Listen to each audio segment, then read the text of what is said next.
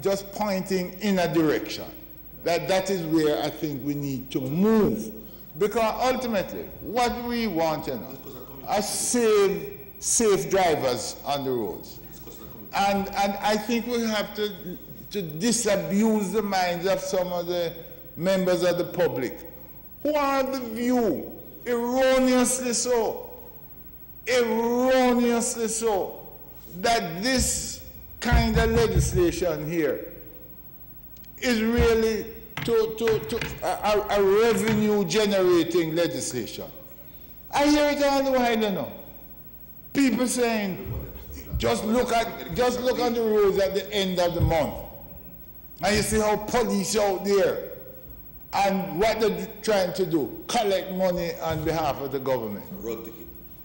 It's not true.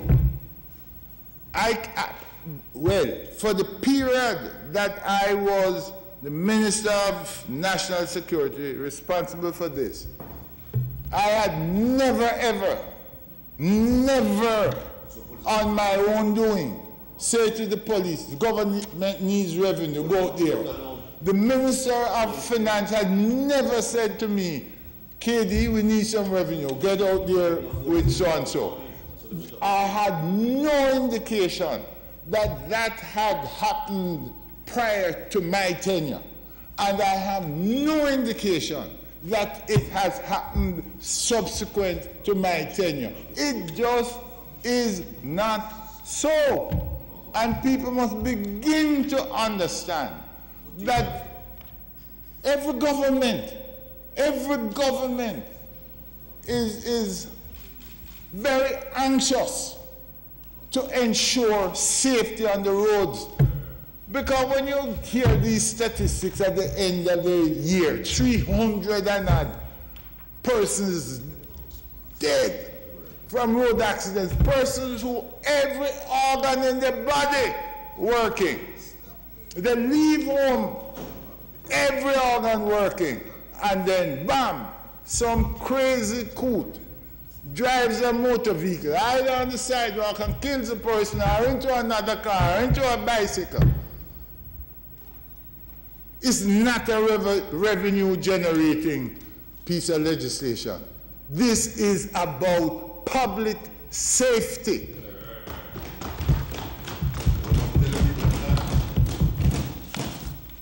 And I want to look at page 145. And I'm not offending the rules this time. Sir, if I'm getting close, just say to me, because I don't want an extension. 145, difficult to read, but it says, this is the demerit points. Senate night, 1 minute. Okay. All right. 30 kilometers or more, what's it says now? Exceeding speed limit within school safety zone. 30 kilometers or more. Is 30? 50. 50. That's 30 miles an hour, You're exceeding the speed limit by 30 miles an hour in a school zone. 6 demerit points? No, that's 10. That's 10. That is dangerous because you're going to have young kids traveling around and you're going 30 miles an hour. You have to look now at your ability above, you have to look now at your braking capacity. How you going to brake? And if you have to swerve, what you're swerving into. This is a situation where 10 points at least. I want to tell you something. Minister, you know that I am not a person who is very heavy-handed. But you see this one? If you, in my mind, if you're going 30 miles an hour within a school zone, your license should be suspended. 6 months suspension. So I think this one should be increased. Exceeding speed limit within construction work zone. again by 50, 30 miles an hour, 6 demerit points, page 145. My view is, again, these are danger zones. People must know that you can't just do that. That is reckless driving. And if you drive recklessly in those areas, your license must be taken away 6 months. And you've got to go to a driving school before you get it back. I didn't understand at page 147, number 92, clause 92, promoting, organizing, or taking part in any race sporting event. I didn't understand the part of if one is promoting or organizing a race on the roadway. I think that should be a separate offense. I don't think it ought to be one that is connected with points. Because the oh, Jesus. I'll close in. You can say 3 minutes. Mr. President, the Speaker's time having expired, might it be extended by 5 minutes to allow him to complete his presentation? Thank you. The question is that the Speaker be given sufficient time to complete his presentation. Those in favor? Yeah. Those in favor? Against? Thank you. Yes. You see, the persons promoting or organizing may not have a driver's license. They may not have a driver's license, but they have committed an egregious act. So I wouldn't put it there. I would have a separate offense and appropriately dealt with. I've had, friends whose children have died right before British High Commission because of this crazy thing.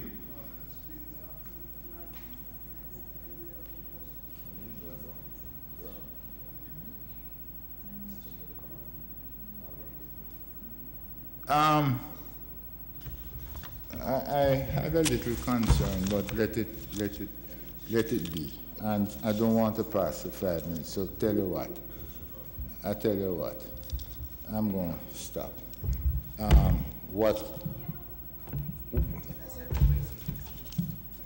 I raised it in the committee. I want to make it very straight to the public that on a personal level, I fully support this legislation. And I know every colleague on this side does, and certainly on that side. This is one of the occasions where when we unite and are reasonable with each other, we can make a difference to the quality of life of our citizens. And in terms of the public, drivers must support this. Drivers, because it's for their own safety. Road users, pedestrians must support this because it is for their own safety. So that means that every single Jamaican must support this piece of legislation. And all those people who in buses, and it gets on my nerves, people in buses, the bus driver is driving in a crazy fashion. The police stop the bus driver, and the passengers take on the police as if it is not in protection of their own lives. I've seen it with me twice. Can't work. This kind of madness on the roads must stop.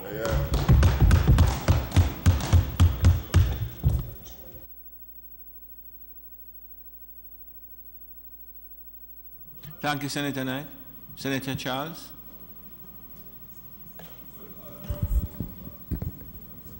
Mr. President, don't worry, it won't be a marathon. It will be very succinct.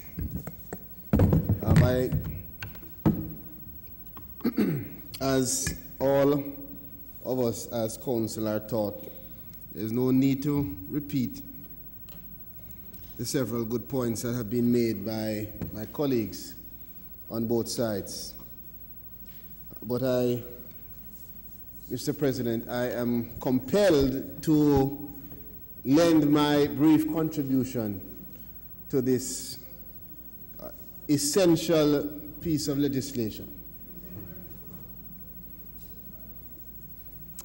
Mr. President, my colleagues and I have been for years now providing quietly scholarships to students to UTEC and to UE. The scholarships are in the name Mark Williams for UE and Gregory Vassell, a scholarship to UTEC. Those are two of my closest friends, Mr. President, who on March 4th, 2000, were taken from us. This week, I heard of an accident, I think it is in Duncan's, where two individuals were burnt to death in a car, strapped down, couldn't come out. That when I saw it, Mr. President, and heard of it, it unfortunately brought back the same memories of the year 2000, because that is exactly what happened to my very close friends. They weren't driving fast. They weren't driving drunk. They weren't driving a vehicle that was uninsured. They were not driving a vehicle with bad tires. They weren't in a situation where they didn't break up properly. They didn't do anything wrong. They were on their way to Montego Bay in a vehicle that I was supposed to be in. And because of the decision that another person made to go around 5 cars in an area that was obviously not suitable for overtaking, my friends are not here to share in the birth of their children. Their entire potential has been taken away. Jamaica will not gain from anything they could have given to us. Their families have suffered and still suffer. And it hurts. Now, this legislation might not have saved their life, because legislation alone, without what Senator Biden said, education, and what Senator Morrison spoke about, enforcement, it will just be words on paper. And so I really make an appeal, Mr. President, through the Senate, to all who are hearing us, to take very seriously the responsibility, if not for other persons, for yourself, when on the road. Because the consequences of your bad decision or your conduct is not just increased fines. The consequence is not just you having to spend time to go to court or pay a fine. You are destroying lives. You are crippling parents and husbands and wives and children who lose Loved ones, enforcement, education, and I will add, Mr. President, I trust that we will continuously evaluate this legislation so that as we grow and as we evolve and as the technology that we utilize on the roads to protect our people evolves, so will the law. Mr. President, I want to make mention of one more thing that I've noticed. In Chapelton, Clarendon, there is a road that has been built coming from central Clarendon up into Chapelton. Beautiful, it's a highway. The road is perhaps one of the most adequately, most efficiently, effectively built roads that I've seen. Yes. But here's the problem. Now that the road is good,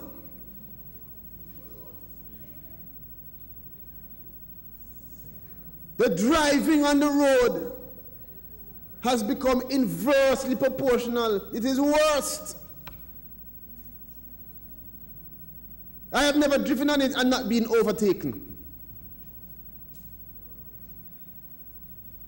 So, Mr. President, as a country, we call on our citizens to see their conduct and their contribution on the road as essential. We have a tendency, Senator Scott Motley, to see crime as murder only in Jamaica. The only thing you can do bad is if you're killed or you maim or some violent offense. And we almost find the society being okay with a little bad driving. Okay, I mean, it's not that bad. All right? I think that this is an opportunity, and Senator Morrison, you spoke directly to it in your own experience and the whole transformation of your own thinking. And it is an opportunity for us to send a clear, unified message to the country that if you intend to utilize the road, you must see first and foremost when you get up and come out of your yard, you have a responsibility to self. You cannot control what another driver does, but you can control what you do. So be responsible to yourself. And the unfortunate thing, Mr. President, is that most of the persons driving bad on the road, they survive. A lot of them survive. My friends, trapped in a vehicle, in a Nissan vehicle, burnt to death. We just celebrated, they would have celebrated 18 years from that day, March 4th, 2000. I never forget it. Cripple us as young men. When we were at the funeral, none of us could even talk. We didn't know what to do. Because we couldn't understand it. These were not bad boys. They didn't carry guns. And they weren't even driving badly. Not even gun, not even legal gun. So, Mr. President, I use my brief submission to remind the country that this law, of which I give my support, is supposed to present to us parameters within which we must function. It is to be a deterrent to those who may consider breaking the law. It is to help us to carry out our primary mandate as a government of maintaining law and order. But in itself, it is like all other things, words on paper. Without what we have suggested, Senator Skeffrey, you spoke of education. The leader of government business reiterated it in her opening, that we will do what we must. But I really and truly would like to ensure that we not only talk, and that our education in this area is one which incorporates from early childhood stage, as you see Spanish Town High School, leading in the effort to incorporate that kind of law and order and discipline into their students' minds, so that psychologically we are creating better equipped citizens, persons who will make much better decisions. Mr. President, I want to close by asking the parents who are traversing, I think it was Senator Knight, could be. One of us spoke of the garbage being thrown out of Skeffrey. Every time a young boy peering through the back glass, Senator, slowly, of his parents' vehicle, or of a taxi, or of a bus, sees one of us, cuss the other, throw garbage out on the ground, bad drive somebody, every time a young boy or a young girl sees it, it stamps in their mind that it is okay. It cements in their thinking that it is ordinary. It then becomes what is, in law, the reasonable man. We have the responsibility to define what is reasonable in our country. And I trust that as we operate the roads, the public sphere, what is our public domain, which is the greatest teaching space, because it doesn't matter what you say, it is what you do that is followed. Generations will follow us based on what we do, not based on what you say, unless it is also what you are doing. So I want to appeal to the parents, to the adults, to those who are guardians, those who are in positions of authority, those working on the buses and the taxis, those who are walking on the street. This is your country. This is our country. In support of this legislation, it requires you to conduct yourself in such a way that the legislation will make sense.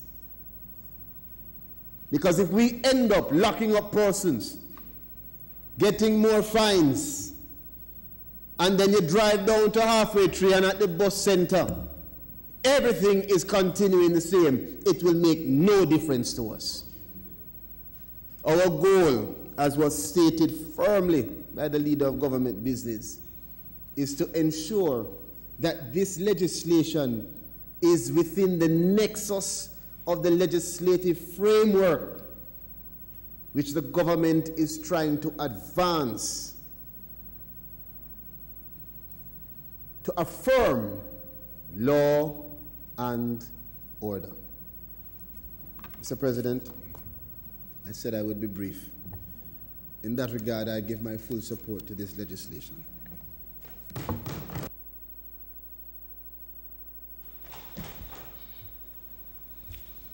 Mr. President. Thank you, Senator Charles.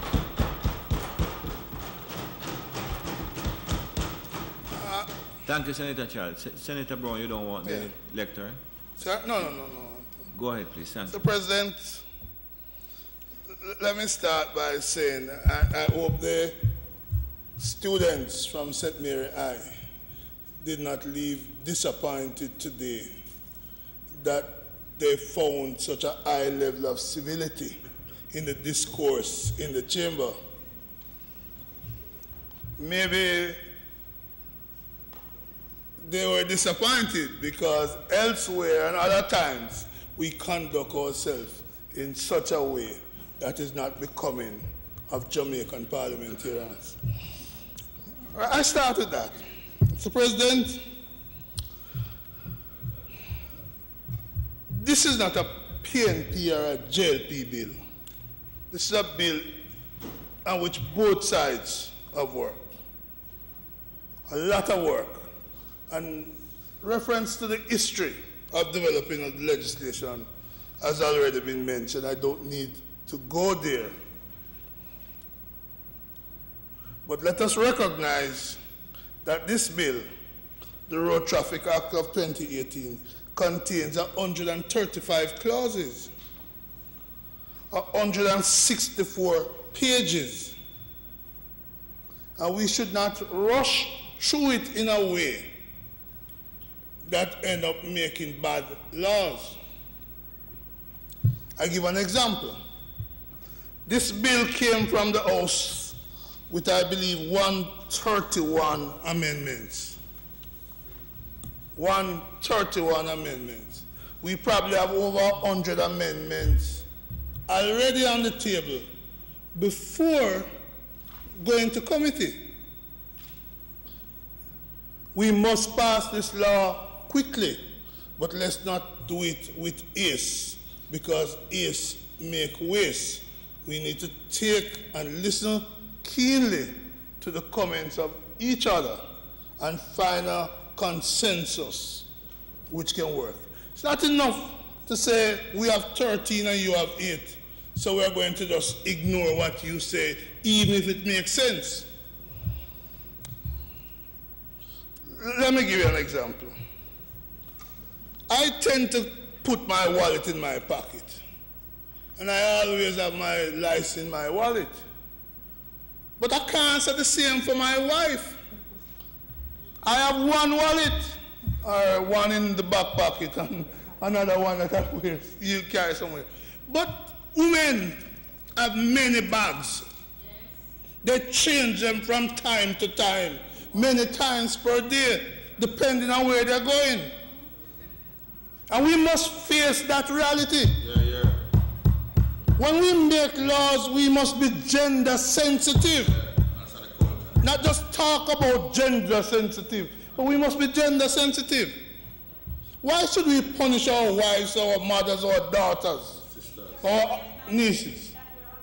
Why must we? You will. You are perfect. You are perfect. I will concede that my wife is not.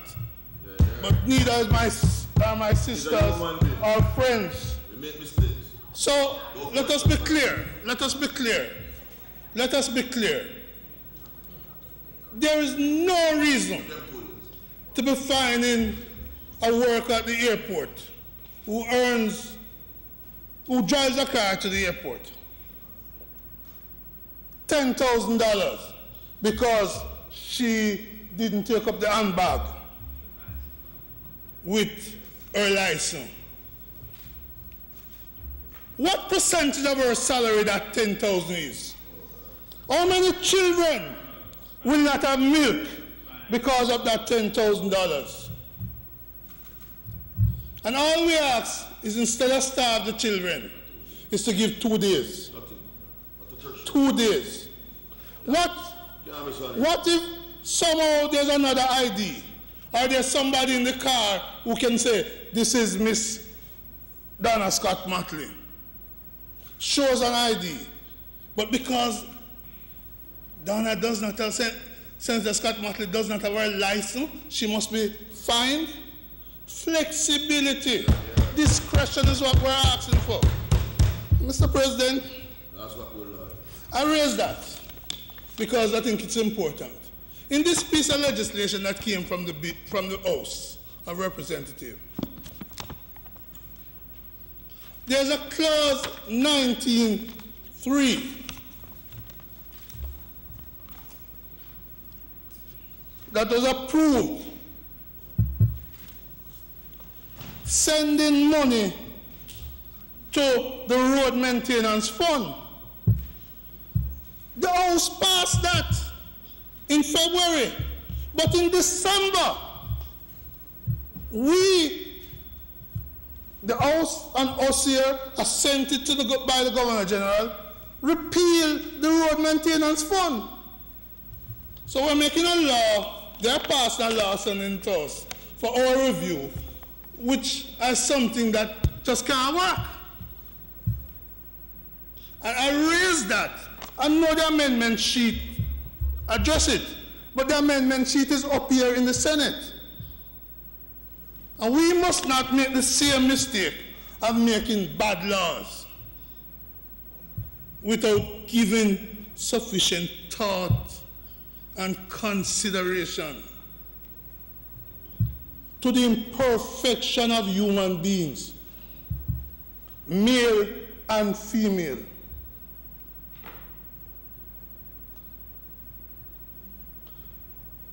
What do you call the thing? Strict liability? Why do we need a strict liability approach to a driver's license? Why do we need a strict liability approach to a driver's license? You don't have it, you're guilty. You call it absolute liability. Why? Is it the first time? So you can't pay the fine, what happened? You go to prison because of the light bill and the school fee and all of those things? I ask you to have a heart. Think about the ladies in our country who, with good intention, just change. Mr. President, let us be clear. I talk of myself. I am rushing to take my wife at midnight or my mother to the hospital in an emergency. I drive out not caring whether or not they take up the wallet and the driver's license in that wallet. Or they're taking me to the hospital late at night in an emergency. Why do we want to find them on top of the hardship? It's not necessary, and I urge the government not to go there. Mr. President, it's easy to pass bad laws. This week, in fact today in the Gleaner, the DPP is complaining about a legislation that her office, had a big part to play in. The police are also complaining at their conference in Montego Bay about a legislation that they had a big part in developing. I speak of the anti-gang legislation. But all of a sudden now, those who had a chance to work on it are finding fault with it. And we had a joint select committee. So this is why I'm saying, let's pass legislation that will be effective. I could also cite the protective disclosure law, which we spend a lot of time, including joint select committee, in passing, that I don't think 2 persons have utilized that legislation. So it is incumbent on us as senators to be calm and to work through what is the objective we want. To be punishing our citizens for what is not a bad intention. No mens rea, you lawyers would call it, because we established stricter, as you said, Senator Knight, absolute liability. We need not go there. Let this be one more of the amendments we make to this legislation. And against that background, Mr. President, I'm going to take a different approach. I support the legislation. I believe we need safer roads. I believe we need an environment in which those who breach the law are made to pay.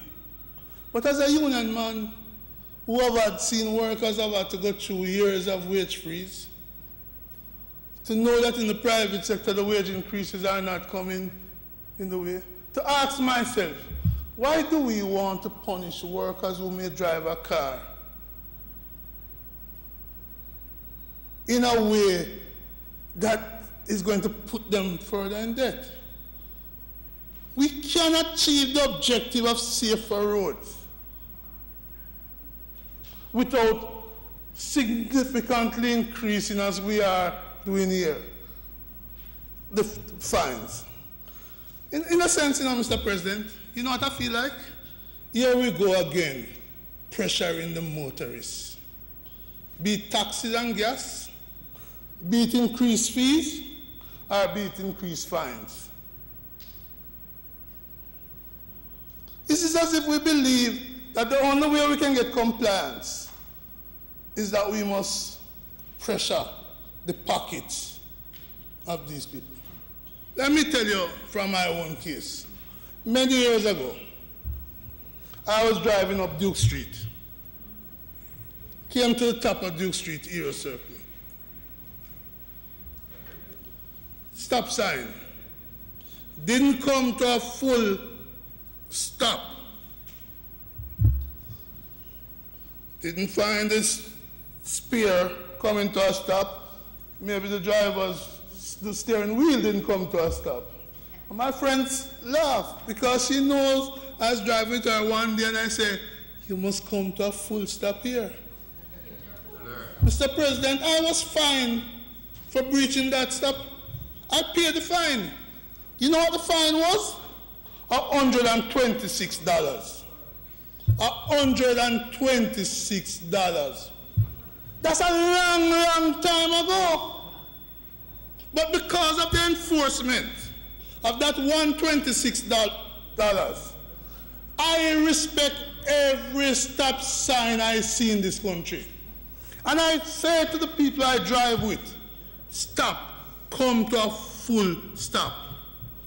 I don't need $24,000 to force me to stop. Because I expect, because of that one time, to find enforcement taking place. The problem we have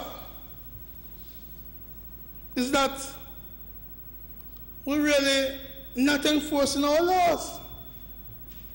So the more we don't enforce it, the more we say, charge some higher fines. The more we don't enforce it, we say, the problem is that the fine too low. It's not that the fine too low. It's that we're not enforcing the thing. Mr. President, when I say I feel we're pressuring the people, a couple of months ago, the messages on the WhatsApp,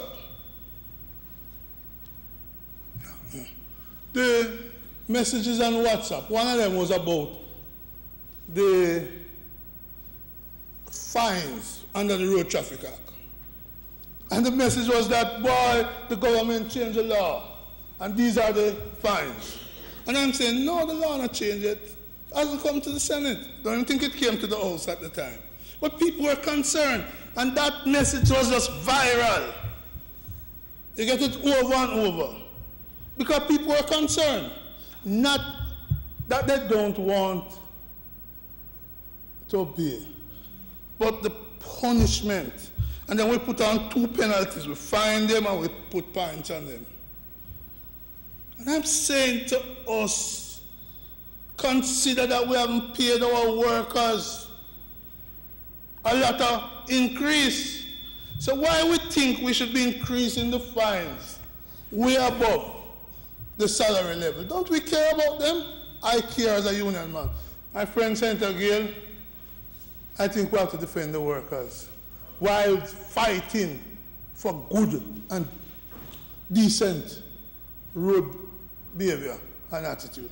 So I raised that issue that I'm not one who is too gung-ho about the increase in fines, because I believe we're pressuring the motorists. But that is not to say that I am not for enforcement of the rules and the change in behavior, whether through education or otherwise, that we have spoken about. What I'm proposing, Mr. President, is that it's not about more laws. I agree the 1938 legislation need updating. I agree with you on that. But it's not just about more laws. What have we done about the enforcement? I hear from Senator slowly right across about enforcement. What have we done about enforcing the laws? Every day I see the breaches. But it's not the amount that frightens anybody. Multiply the amount by 10. You're going to see the breaches the same way if you're not enforcing it. So what we really need to be focusing on is how do we enforce the laws. And this parliament, job is not only to pass legislation and increase fines. It is to have an oversight of the legislation we pass to make sure they are working and being effective. And I don't think we're doing enough of that. We're just too quick to increase the fines. Mr. President, I live in Portmore. You drive on the toll road, 3 lanes. So I know when there are only 2 lanes going in either direction. But in the morning, there are people driving on the south shoulder creating a 4th lane. They're going to do this when the Governor General signs this legislation, assent to it. They're going to do it when you sign it, Mr. President, and the Speaker signs it. They're going to do it. Where are the men and women of the constabulary force that is going to be enforcing? Otherwise, it's going to be another anti-gang legislation. It's going to be a protective disclosure legislation. Passed and assented to, but of no value.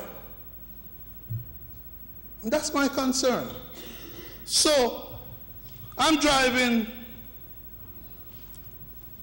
on the road. A set of minibus people undertaking, going over on the left-hand side.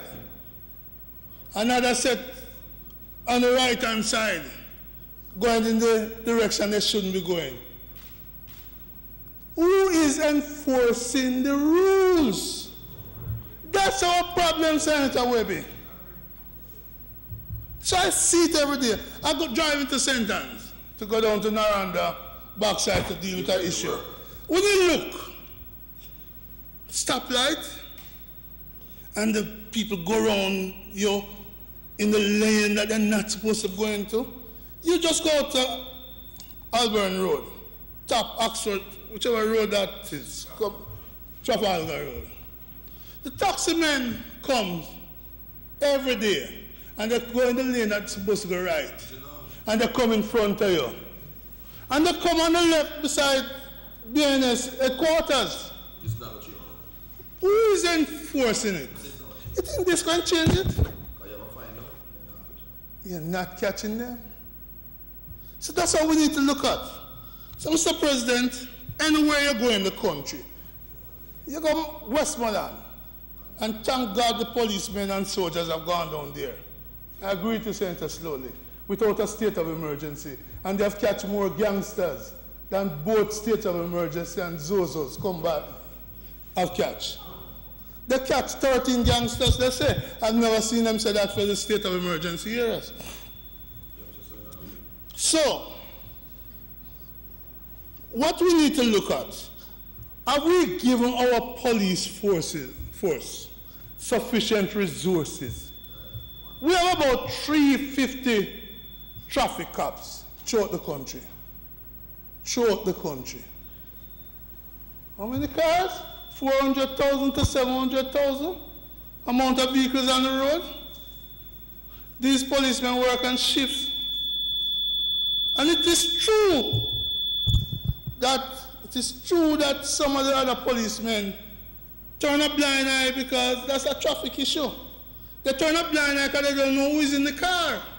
And they don't want to confront them either. So they take the safe way out. So we need more traffic police. I recommend a doubling. You know, the Gleaner got it right again this morning. Size does not matter, Mr. Chang, Minister Chang. Size doesn't matter. We need more policemen on the road to deal with the bad drivers and those breaching the rules. And so when they are sanctioned, then they will change their behavior. So it's not just about increasing fines, it's about things. So I'm calling for a doubling of the amount of policemen and women for traffic. You know, there's a broken glass theory. If we start tackling these things, a policeman told me recently, they stop a car for a traffic offense. They found a gun in the car. And then the other things follow, attempt to bribe. Which brings me to the left-right culture. Mr. President, I wish to state here that I've seen policemen, I'm going to say it, stagnate in the force because they were bold enough to take on big people in the society. They can't get promotion, as deserving as it may be, because they don't take bribes and they don't mix up with it. So I want to commend the overwhelming majority of officers in the police force who are hardworking, who are honest, who are dedicated, and who are not bribe takers. They are not into the left or right.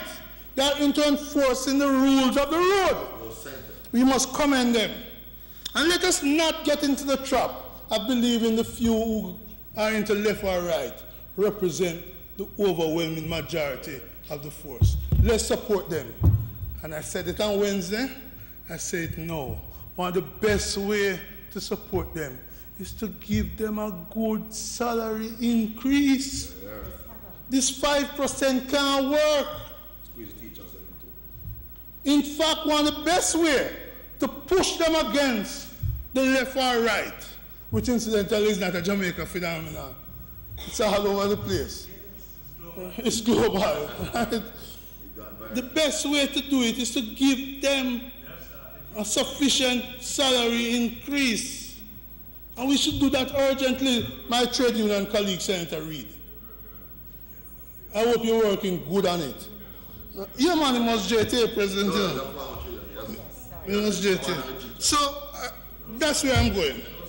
So, Mr. President, we also need to give the police force resources. Senator slowly speaks to the future that is present, about where the world is going. In Maryland, a police officer parks his car on the roadside. Hundreds of cars flying past. But he can read all the license plates. And automatically, if one license plate is out of sync, insurance problem, tax problem, it comes up and he can go after that person and deal with it. That's where we need to be. That's where we need to be. Technology. Technology. So if we have the license plate reader, right?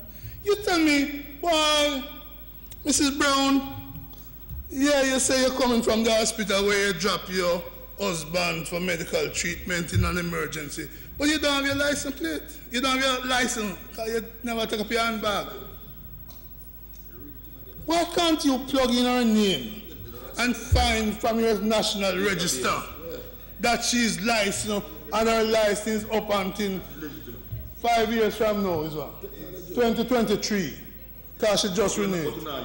Why don't we do that? Why do we want to fine her $10,000 for taking her husband who was sick to the hospital? Why do we want to do that? When you, by the click of a button, by a click of a button, if you put the resources there, could know that she's licensed and there's no endorsement or issues on it. That's where we need to go for our citizens. That's how you get to prosperity. That's how you get to prosperity. By protecting the rights of the citizen. Starting by saying we will protect our citizens, not imprison and fine them. That's how we get to it. So, Mr. President, much has been said about the need for technology. I worry, Mr. President, that is not just the death on the road, Senator Gale, that is a problem. It is the injury that flows from these accidents as well. Some that takes up space in the hospital, the cost of treatment, the dependency that it creates. So there's good reason for us to deal with the road traffic thing.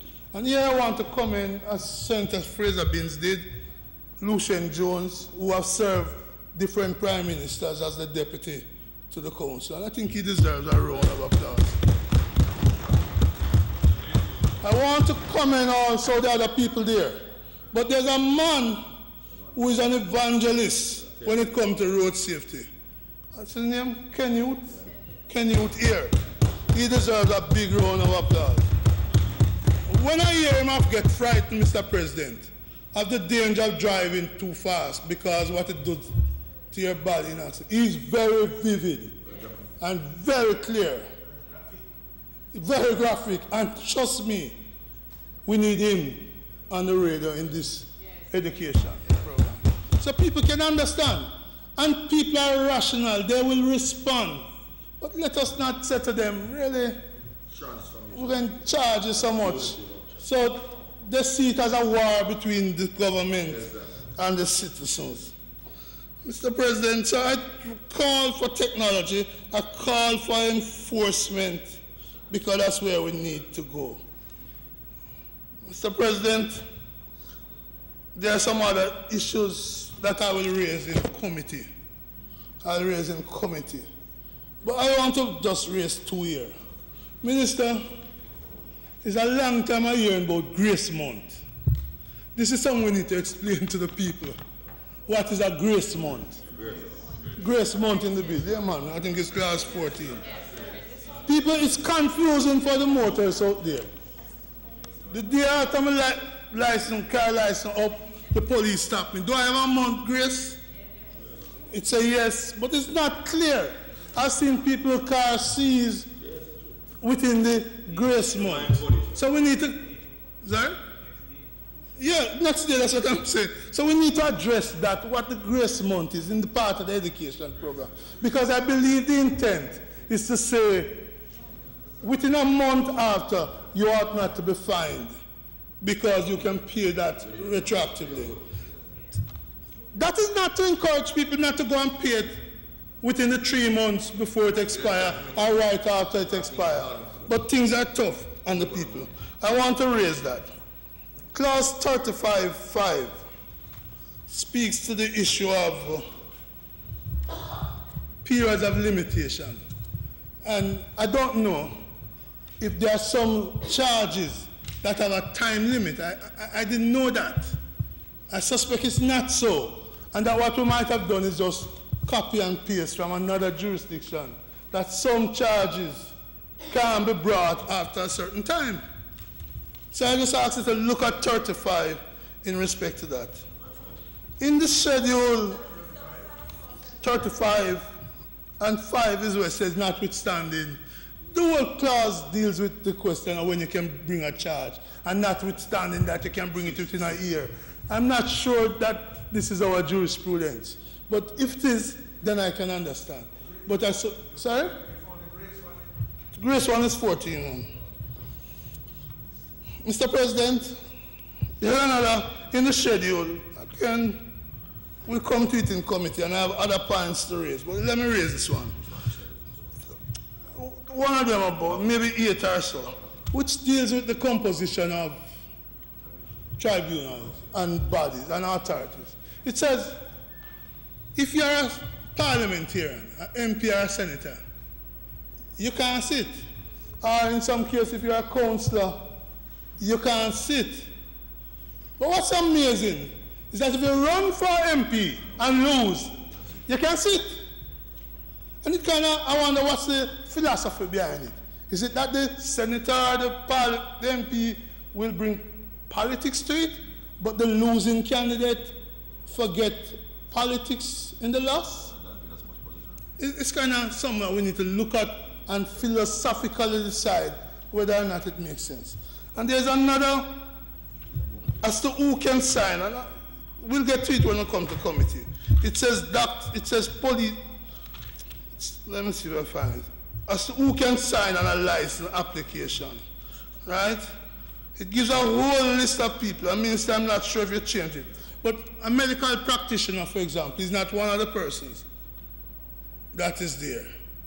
A lawyer can, but I urge that one person can certify, be a medical practitioner. And there's much more, but Mr. President, I don't want to move away, since we're not going to committee today, from the gist of what I'm saying. The gist of what I'm saying is, let's put the enforcement mechanism in. Understand that the people don't have that excess money. Don't find them as heavily as this is. I'm not here making a plea to ease up anybody. I'm making a plea for legislations that work. I'm making a plea where we can pull everybody together and agree, and by putting in the enforcement mechanism. But believe me, our people, whether them right or wrong, them good or bad, there's a limit to which we can either tax or fine them. We need to ease up the people, ease them up while we enforce. Let's work in a partnership with them. That's what that educational program is going to achieve for us. That's what you're going to do when you put in additional resources. Because in a way, this legislation represents laziness, political laziness. We may say we don't have the will, but this ought to be part of our crime plan. The number of policemen. When I talk about a crime plan in a minister, I'm not talking, that's 30? Yeah. May it please you, my Lord. What?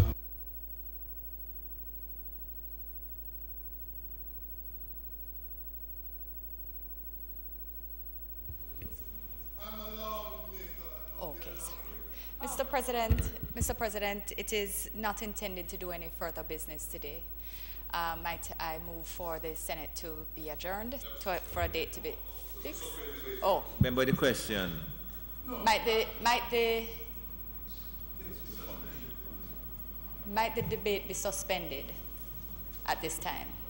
Okay. So the question is that the debate on the Road Traffic Act be suspended for a date to be fixed. Those in favor? Against?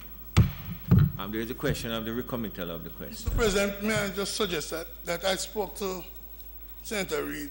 I've gotten a partial list, and I urge that I'll wait for the additional before I seek to receive all the answers and then ask questions. So it's not my intent to request a recommittal, because I take the good faith in which he has started. As I understand that, Senator Reid, you have laid the partial answers, and you have laid partial answers, and when the rest of the answers are provided, then we will take it. Is that the feeling? Thank you, Mr. President. Yes, we have presented our progress to date as agreed, and we are working assiduously to complete fulsomely the information. As soon as those are available, which I have asked for them to be expedited. You need to say me about that word, by the way. We will present we will present the full information. So that we're not seeking the recommittal of that item. So, Minister? Thank you, Mr. President. It appears not. It is not intended to do any further business. Might the Senate be adjourned for a date to be fixed? The question is that the Senate be adjourned for a date to be fixed. In favor? The Senate now stands adjourned.